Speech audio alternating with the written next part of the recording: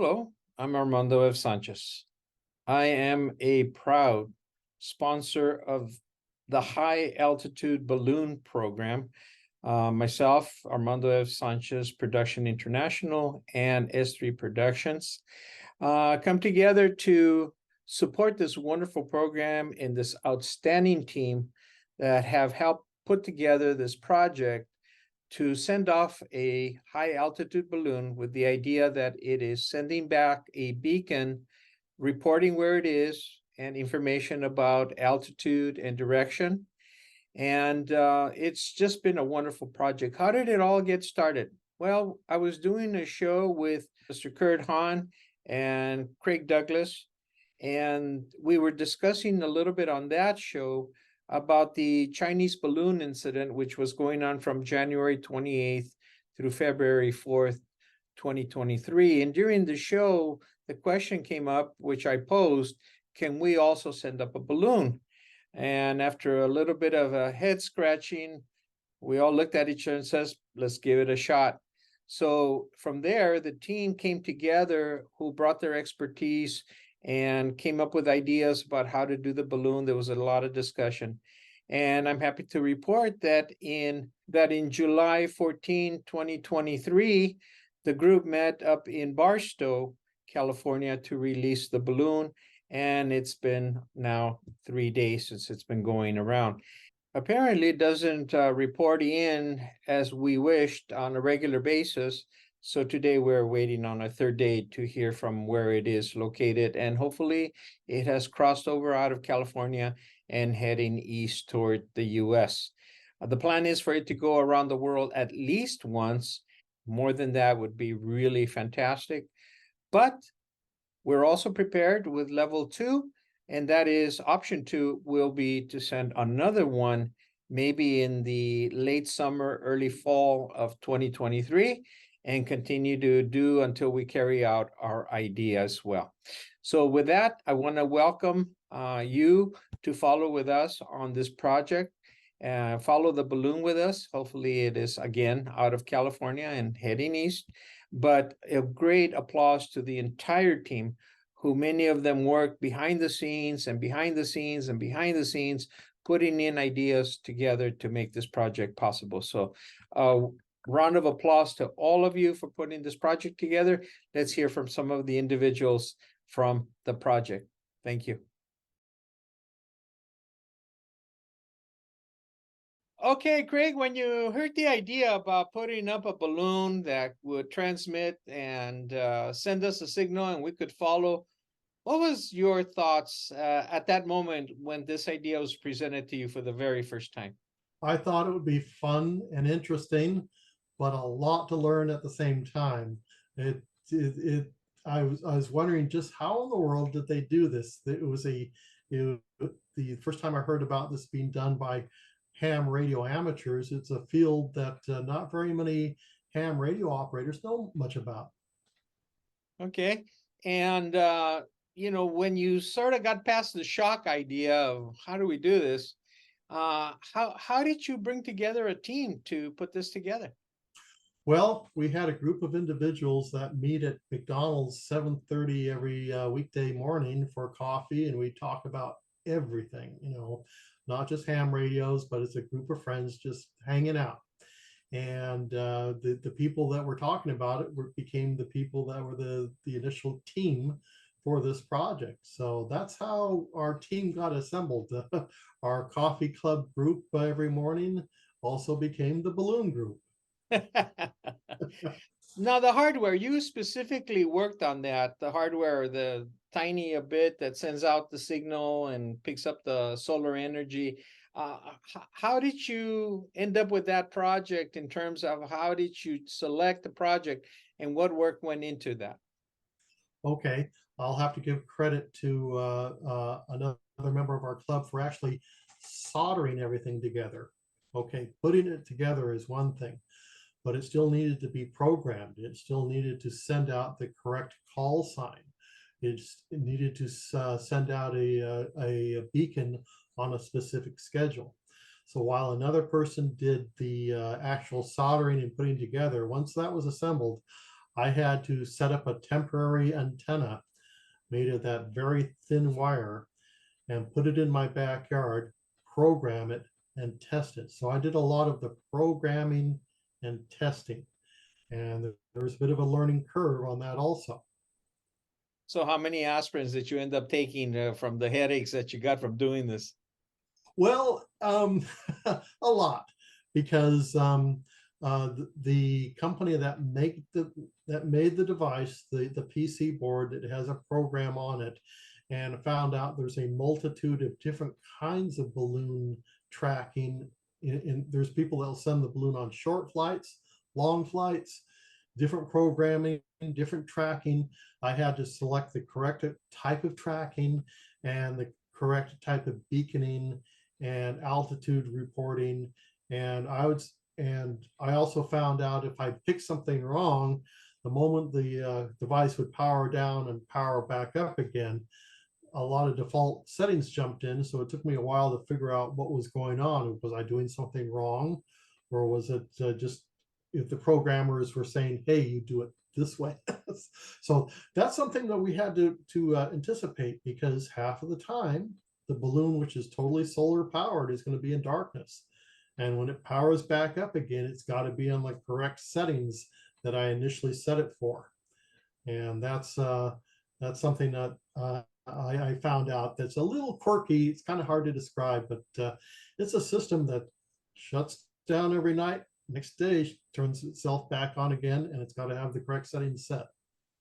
Well, that's the reason you got mission control directorship on it, because you're the only one who knew where the signal was going and what set up and what could go wrong. So I applaud your work in that area as well, and everyone who also helped along. So what were your first thoughts when you saw the balloon take off on that Saturday morning? Well, I got a picture of the balloon. I was at home, so I thought, wow, that's a neat shot of the balloon going straight up in the sky. So my initial thoughts was, when do we get the first beacon? When will somebody will first hear this? And I was expecting all kinds of initial reports on the first day. Much to my surprise, it didn't turn out that way. So you were open to new possibilities. Uh-huh. This is our third day, and I realize you don't get a message like every hour on the hour. It's just like it's hit and miss. It might go a whole day without any signals. That seems to be the plan right now. Yeah, I watched other amateur balloons on the internet.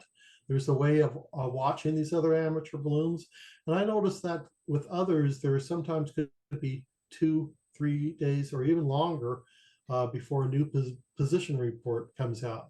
So the balloon has to be in the right place where somebody's listening, pick up the signal and report it.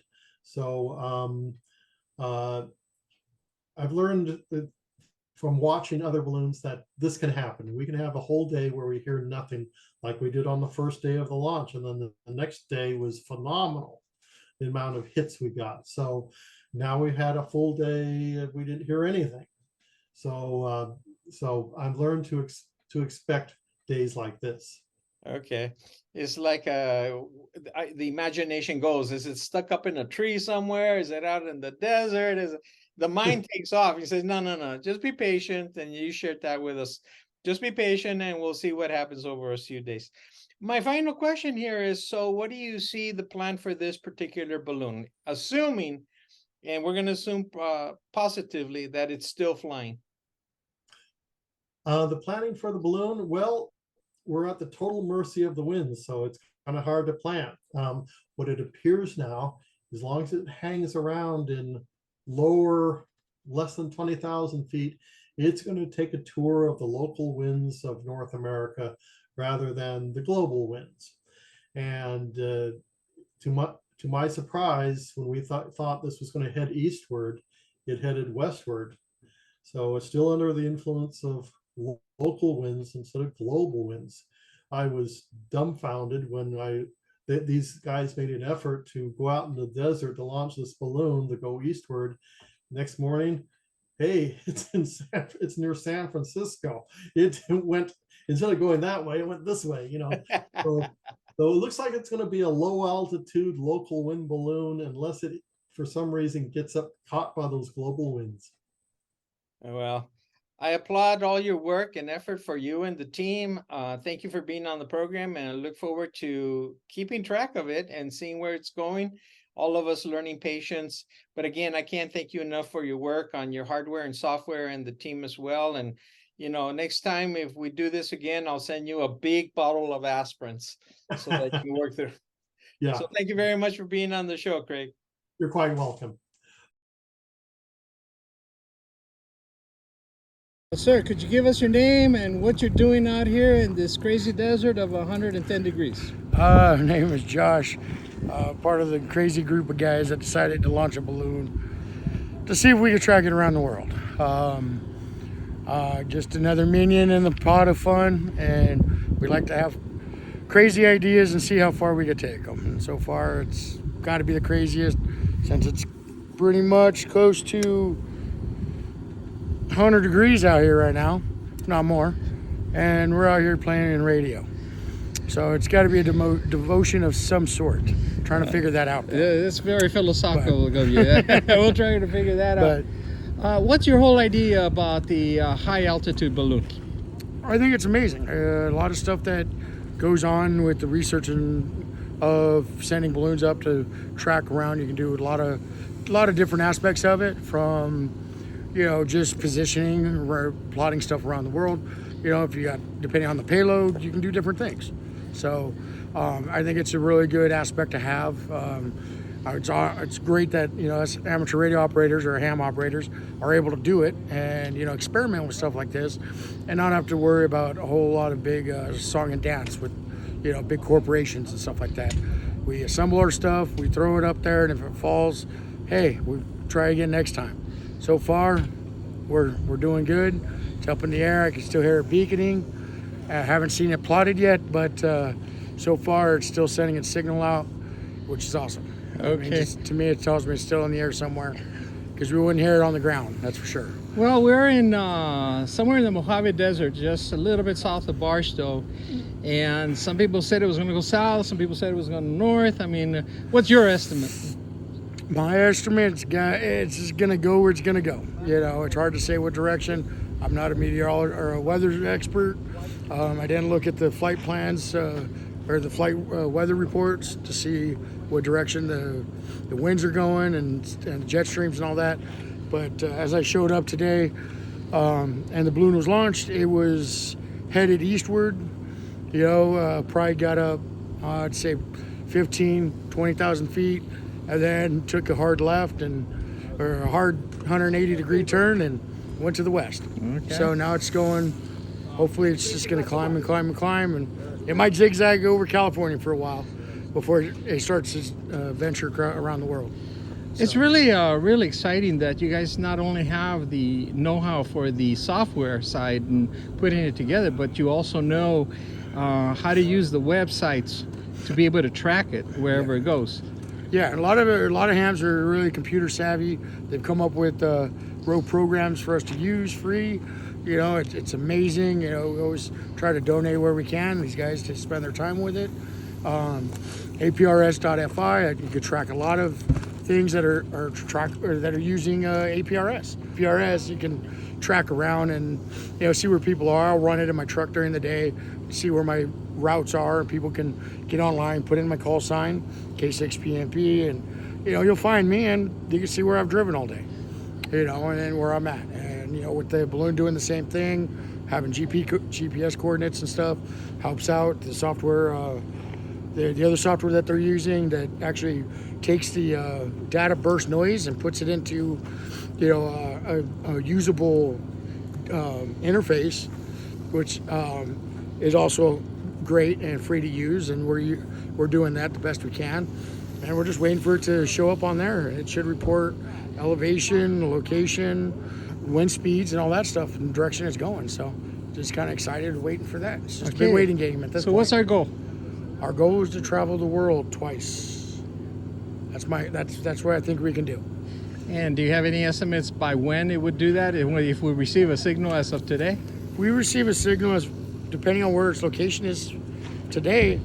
considering after the time it launched and next time it pings out the signal and we can get a location on it, I would say maybe a week, 2 weeks. I'd say about 2 weeks maybe. It should be around the world at least once. You know, hopefully to make it across the ponds and we'll have fun. Around April of 2023, somebody said, hey guys, let's put together our brains and build this balloon. What was your very first reaction? Oh my God. What are we getting into? But knowing the gentleman that said that and knowing the manpower behind it and the group of fellers that were going to help out, I knew it was going to be possible and I knew it was going to be a success.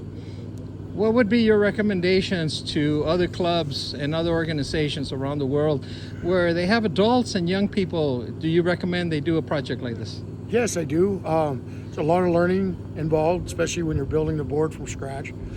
Learning about solar.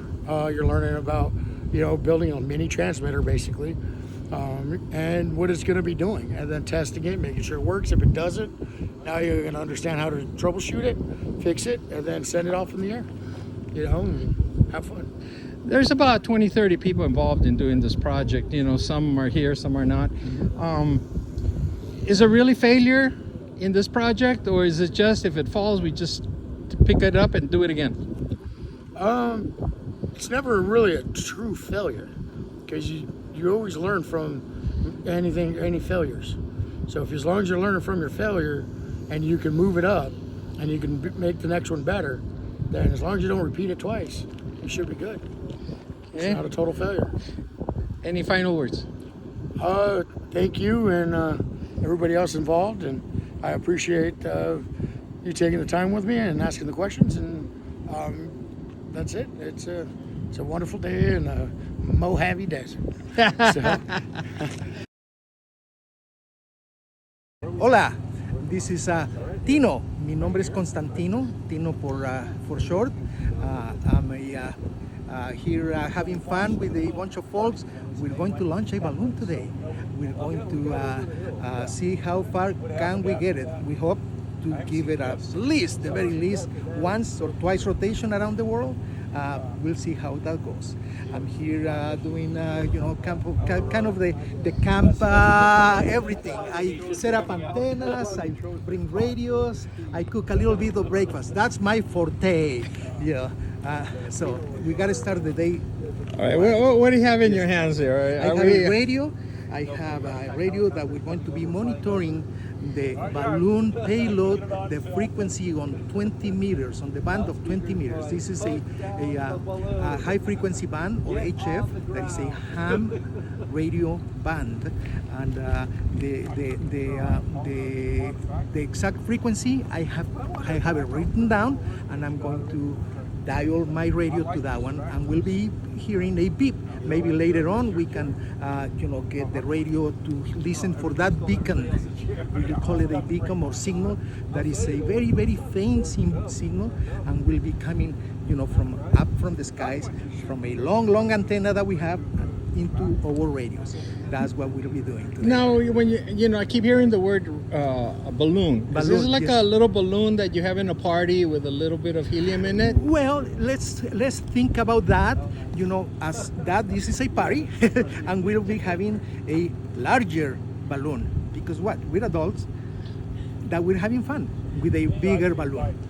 It's a balloon that often is used as a weather balloons. That's what they are sold for in different sizes and fashions. So that's what we'll be using. Yes, Okay. it's full of helium, or somewhat with mostly full. And we hope that it will climb maybe above 35,000 feet and be taken by the jet streams that are around, in our atmosphere, and that's what makes the balloons, in our fashion, travel far ways. Now, what are your personal thoughts about this project? Oh, I love it. It's a bunch of, knuckleheads like me, mucho loco, and just having fun. That's all. Is why we're doing it? Maybe because we can. It's fun to do it, and I'm happy to have known about this and participate. participate. What was your thoughts, your first thoughts when the idea was presented to you and your group? Well, I said, let's go for it. Let's have fun. Let's do it. You know, what can I do? And you said, hey, I can do moral support. I'm not that technical, but you know, I do what I can do, and let's have fun. Let's Sure. have fun. Let's. I'm all for it. Okay, so I'm gonna take asking you for a guess. How many times do you think the balloon will go around the world? I'll say 17. All right, that sounds like a Hey, good number. You know. Well, we'll keep track think of it. big, think big, go big, or go home. Atta boy. I like that. I like that. Yeah, here. Thank you very much. No problem. Well, Mr. Han, we're here. Why are we out here? What are we doing out here in the middle of the desert? We've been asking that question ever since about April when this whole idea started. We're here to launch a balloon, basically. And the goal is that balloon is to launch, take a small payload, solar powered payload, and go around the world. So, what's the size of this balloon? It's a Is this a 36 little party balloon or No, something? it's a 36-inch Mylar, or clear, for lack of a better word, Mylar balloon. Fill it up about quarter fill with helium. And the payload's about so big. It's got a 16-foot wire that goes to the balloon and another 16-foot wire that hangs. That 32 feet makes the antenna. And we launch it and away it goes. So, tell us about this group behind you. I mean, is this part of the group here? This is sort of. A bunch of us thought we would do this just to see if we could do it. If for no other reason to see if we could do it and have some fun in the process. So, from looking around, I can see that there's no possibility of rain out here. No, Not what is it? 100-degree weather. it's probably pretty close to that. And so, is that a good thing or a bad thing for the balloon? I don't know. We don't know anything. No, the reason we picked this spot was lack of aircraft. Uh-huh. We didn't want to do this in the LA area and have it sucked up into a jet engine or helicopter or power lines or anything else. And this was fairly close, and we picked this day because it was a day. Well, how do you feel about the project personally? I'll feel better in about an hour. No, I'm convinced the balloon will go up. We launched 2 little party balloons just to see what would happen. Here shortly, we're going to kind of unveil everything and call mission control back in Whittier to see if he can track it. That's Craig. See if he can pick it up.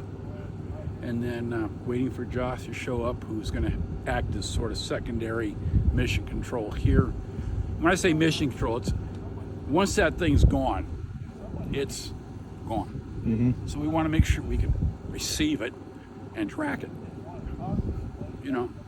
And then once we can track it, I'm out of here because It's hot out here. it's hot out here for one, and you can't see it anyway. And at that point in time, it's out of our hands. Wonderful. Well, we wish success to Oh, the yeah. project.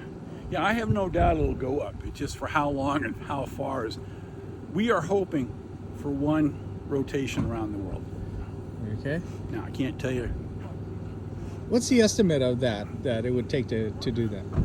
Well, if you figure, based on just kitchen mathematics, you figure if the jet stream, which goes west to east, is 300 miles an hour at 30-something thousand feet, it's roughly 2,700 miles here to New York. So I figure it was going to be 9 hours to get to New York. So you figure maybe 24 hours to go around the world? Wow. Maybe. Fast. Assuming, Well, the system is solar power, so yeah, we'll lose track of it during the night. during the night. But you figure if it's going around the world, theoretically, it'll be nighttime somewhere for 8 hours, and daytime for, plus wherever the wind takes it. So technically today is Saturday. Saturday. So by Monday or Tuesday of this week, we would know if it's close to around the world. Yeah. Because see, what's going to happen is when we tested this at home, we laid it out and Craig put the antennas about 7 feet above the ground. And we were getting hits from Flagstaff, Prescott, Sacramento, a couple other places. So we know the system worked. Now you figure the higher it goes, the wider the coverage. But we want to make sure we can actually track it before it takes off. Because on the WhisperNet, we should get results within 20 minutes to a half an hour. On APRS, which is a cell phone computer-based track, it may be 6 to 12 hour lag time.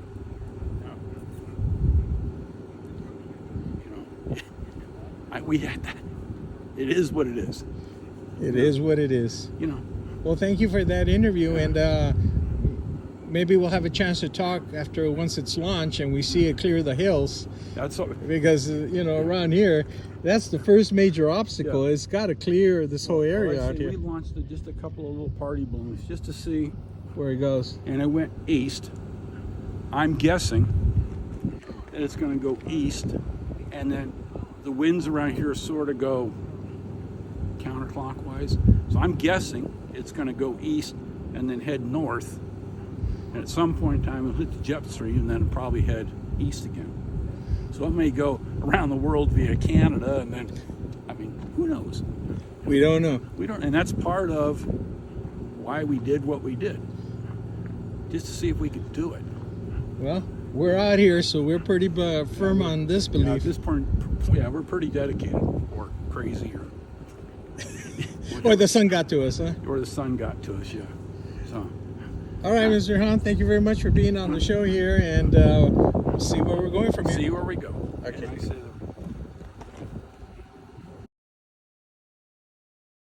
Hello, tell me your name, please. My name is Don Rudd. My call sign is KJ6RUJ. I've been a amateur radio bug for about 10 years. I'm out here in this nice warm desert to support the group. Had a real big part in it, but I've learned a lot just listening to them. Well, what do you think you've learned? Because I know you have some background also in this area in the Navy. Yes, I was a radioman in the Navy, so I do have a little bit background, but I've just learned about how to build this balloon and how to solder and everything that I've kind of forgotten over the last 50 years. So it's been very exciting for me. What did you first think about when you heard about the idea of this project? I thought it was great. We kind of sitting at McDonald's and we were laughing because the government spent millions of dollars to shoot down a little balloon, and we decided at that point, hey, we're going to give them something to shoot at. Well, what are your hopes of it flying today, given the weather that, as we all looking around, I don't see one cloud in the sky. I'm very optimistic. We did send up a test balloon, and it shot right up there and headed towards the east. So I'm very confident that this one is going to do its job. The whole idea of sending a balloon around the world at least once, and as Mr. Hahn was saying earlier, in 3 days possibly, what are your thoughts of how many times it should go around the world? Oh, I'd just love to see it go around once, but if it goes around more than that, I'll be as happy as a clam. Wonderful. Could you again tell me your name and your background, sir? I'm Don Rutt. I'm a call sign is KJ6RUJ. I'm an amateur radio person for about 10 years, and I'm a U.S. Navy radioman. So what do you think of this group? Oh, I love it. I love the camping and the camaraderie that the group has. Well, what do you have to say to other groups out in the world about doing the same thing? Oh, if you have the chance and you have the expertise, or someone in your group has the expertise, go for it.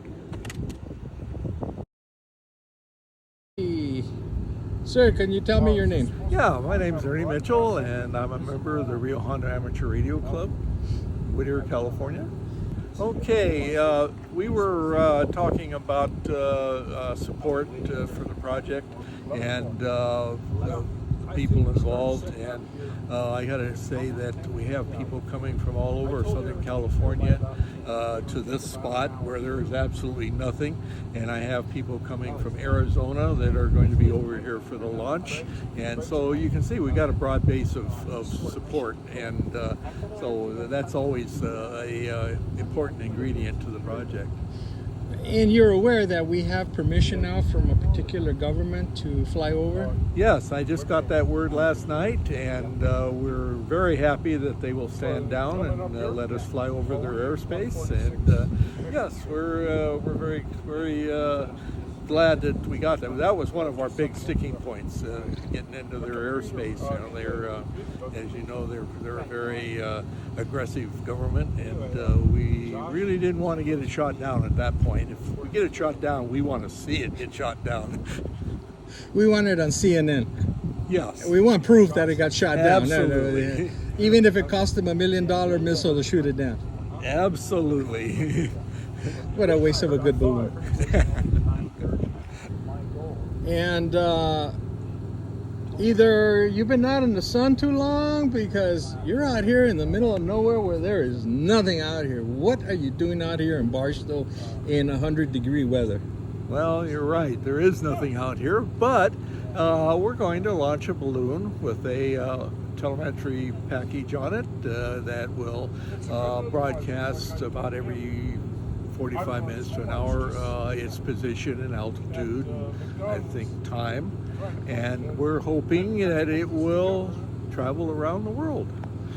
It was inspired by the recent news about the Chinese balloons and the government shooting them down and everything, and around the coffee table at McDonald's one evening somebody said, "Why don't we do a balloon?" And here we are. Be careful what you do when you drink a strong coffee, huh? That's it. So what are your thoughts about this project? You think it'll launch well and you'll meet their goal? I do, and I think it will meet our goal. The only question is how far it will travel. This is our first attempt, but yeah, I think it's going to be successful. Okay. How do you personally feel about it? I think it's fun. It's technically challenging in a small way. It fits into the club's activity realm. So I think it's going to be a good project. How did you feel the first time you heard about the project? Well, the first time I heard about it, I thought, this is crazy. There's too many regulations, and there's this and there's that, and I didn't quite warm up to it at first, but then I got to thinking about it, and I thought, you know what, this is going to be fun. And here we are. Here we are. Yeah. You got to have a little fun in life, or it isn't worth it. Absolutely, absolutely. So as it gets warmer, is it going to be better features for the balloon to go up? Well, temperature obviously is going to affect its ability to rise, but I don't think it's going to be a big problem. The big problem I'm getting concerned about is the wind. The wind comes up out here in the early afternoon for about 3 hours or so, and then it will dissipate in the late afternoon. As you can feel, there's a little breeze here right now. And we launched 2 test balloons, and they were successful. They rose and went over the mountains. So I think we're going to be okay. One final question for people that have groups like yours around the world. What would your advice be about the idea of putting up a balloon like this one? I think I would advise do it. If you have the technical skills, the backing of the group, if you're doing it by yourself, go for it. If you're doing it with a group and you have their blessing and they're willing to help, as you can see, we have several people here that are a part of it. Each one of us did a part of the assembly of the package and researched the rules and regulations and supported in other ways, if nothing else, by a little bit of money. We've got a few $100s invested in it, but you know what the hell? Pardon me. No, it's okay. I would say follow your dream, follow your instincts, have fun. Yes, sir. Can you tell us your name? Yeah, my name's Ernie Mitchell, and I'm a member of the Rio Hondo Amateur Radio Club. What are you doing out here? From the middle, from what I can see, there's nothing out here. Well, actually, there is nothing around us. What we're doing is we're going to launch a balloon with a telemetry package on it. We inspired by the Wait.